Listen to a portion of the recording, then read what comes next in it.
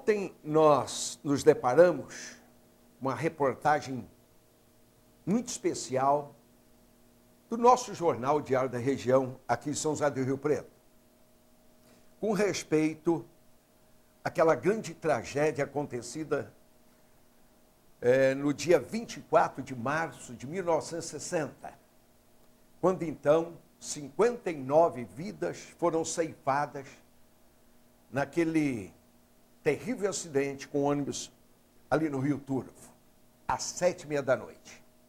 Deixa-me contar um pouquinho para vocês de algumas coisas que aconteceram naquela noite e depois no outro dia que eu presenciei.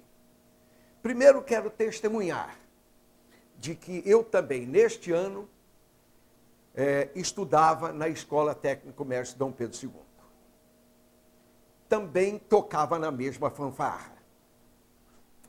Naquela noite, 24 de março, faltando um mês para o meu aniversário, 24 de abril, mas 24 de março, eu estava com 17 anos. Daí um mês eu faria meus 18 anos, passando para a maioridade. Naquela noite, estava vindo para São José do Rio Preto, muitos do meu tempo aqui em Rio Preto devem se lembrar disso, um cantor chamado Gregório Barrios. Ele ia se apresentar, aliás, se apresentou no Cine Rio Preto, nessa mesma noite que aconteceu o acidente.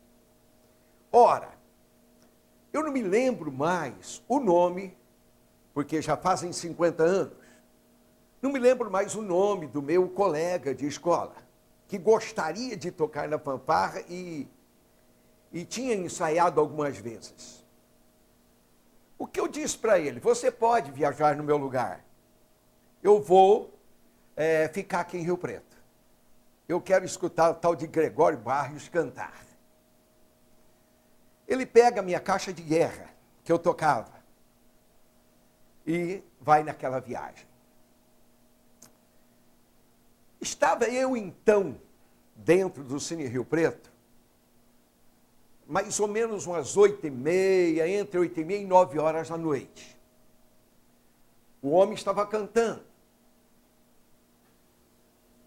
De repente, o Lanterninha, quem se lembra dos nossos cinemas aqui antigos, dos anos 60, o Lanterninha, que entrava depois que o filme estava começado para indicar um lugar para alguém sentar. Esse mesmo Lanterninha veio clareando e falando: se alguém daqui tem algum estudante que foi para Barretos, para a festa de Barretos, com a fanfarra da Escola Dom Pedro II, aconteceu um acidente.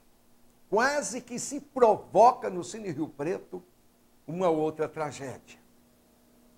Muitos se levantaram e saíram correndo, inclusive eu. Cheguei naqueles antigos pontos de ônibus da Circular Santa Luzia, na qual eu trabalhava no escritório, com meus 17 anos. Meu pai, então, era chefe de tráfego dos abrigos da Circular. Quem o conheceu, chamado Sou Cândido. Naquele momento, a cidade já sabia da grande tragédia. Quando foi, eu não me lembro quanto tempo depois, talvez meia hora ou uma hora. Como parou tudo, os ônibus pararam, não circulavam mais. Rio Preto parou naquele momento em que a notícia chegou. Tinha então mais ou menos uns 50 ou 60 mil habitantes aqui em Rio Preto. Hoje contamos com quase 500 mil. Eu estou dizendo algo que eu vi, algo que eu senti. E ontem, quando eu li a matéria, eu me lembrei de muitas coisas. Mais tarde, um pouquinho do acontecimento, o meu pai pegou uma pequena caminhonete com carroceria de madeira. E mais alguns entraram na cabine. Eu me lembro que eu fui na carroceria. Foi em direção, então, ali à ponte do Rio Turvo. Naquele tempo, a estrada, não tinha asfalto na estrada.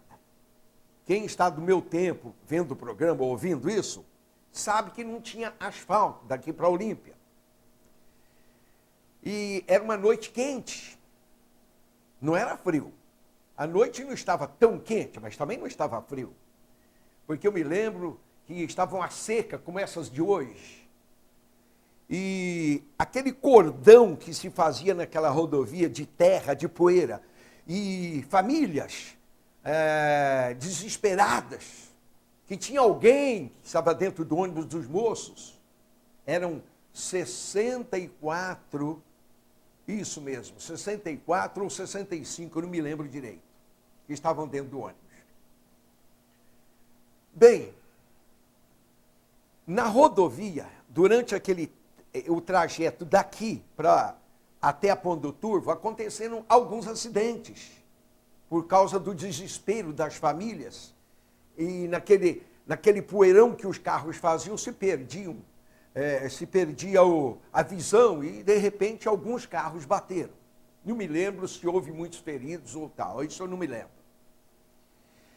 Quando cheguei na Ponte do Rio Turvo, eu quis presenciar de perto. Muitos dos meus colegas estavam ali. Ora, uma das coisas que eu me lembro, que o jornal não relatou, porque são muitos pormenores, mas eu presenciei. Quando eu estava à beira do Turvo, do outro lado, não do lado de cá de Rio Preto, do outro lado, alguém estendeu uma rede entre duas árvores ali. O ônibus estava de cabeça para baixo, aparecia apenas as rodas. Muita gente começou a se juntar por ali. Ora, daquela banda, daquela margem de lá, de cá, foi estendida uma rede. Eu me lembro que alguém falou e eu estava ali. Olha, vocês ficam olhando aqui. A hora que nós conseguimos levantar um lado do ônibus, pode escapar algum corpo, e nós colocamos a rede para ver se o corpo não passa. E eu fiquei ali, mas assim perto do ônibus. Meus amados, não dá para descrever as cenas que eu vi aquela noite. Não dá.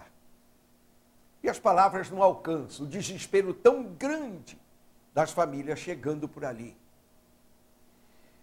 Eu me lembro que quando o caminhão do Corpo de Bombeiros subiu na ponte de madeira, a qual o ônibus teria que passar, quando ultrapassou o ônibus que estavam as moças, ele não acertou mais a ponte,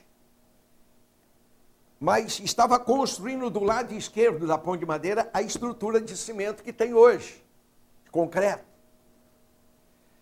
Ele errou, e no desvio ele acabou então caindo na parte ali do Rio Turvo, do lado esquerdo da ponte de madeira de quem vai daqui para Barretos.